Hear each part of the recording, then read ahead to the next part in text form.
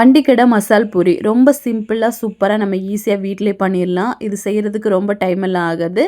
நம்ம கடைகளில் போய் தான் வாங்கி சாப்பிடணும் அப்படிங்கிற அவசியம் இல்லை. ரொம்ப ரொம்ப சிம்பிளாக இமீடியட்டாக வீட்டிலே செஞ்சு எல்லாருக்கும் கொடுக்கலாம். இது பண்ணுறதுக்காக ஒரு தாளிப்பு கரண்டியில் 2 டேபிள் ஸ்பூன் எண்ணெய் சேர்த்து எண்ணெய் சூடானதும் 1/4 கப்பு நிலக்கடலை 1/4 கப் அளவுக்கு பொட்டுக்கடலை சேர்த்து கொஞ்சம் நல்லா ஃப்ரை பண்ணுங்கள்.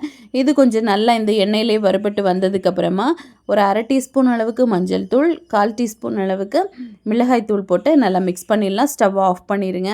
இப்போ இதை மாற்றி வச்சுட்டு ஒரு பவுலில் 2 கப் அளவுக்கு பொரி சேர்த்துக்கோங்க. இது கூடவே நம்ம வறுத்தெடுத்து வச்சுருந்த அந்த நிலக்கடலை பொட்டுக்கடலை போட்டுக்கலாம்.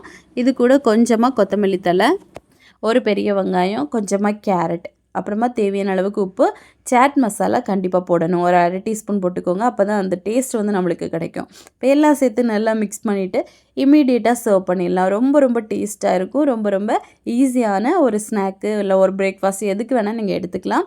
ஸோ கண்டிப்பாக செஞ்சு பார்த்துட்டு கமெண்ட் பண்ணுங்கள். ஃபுல் டீட்டெயில் வீடியோ வேணும்னா மோனி ஸ்பைசி கிச்சன் சேனலை செக் பண்ணி பாருங்கள். தேங்க்யூ.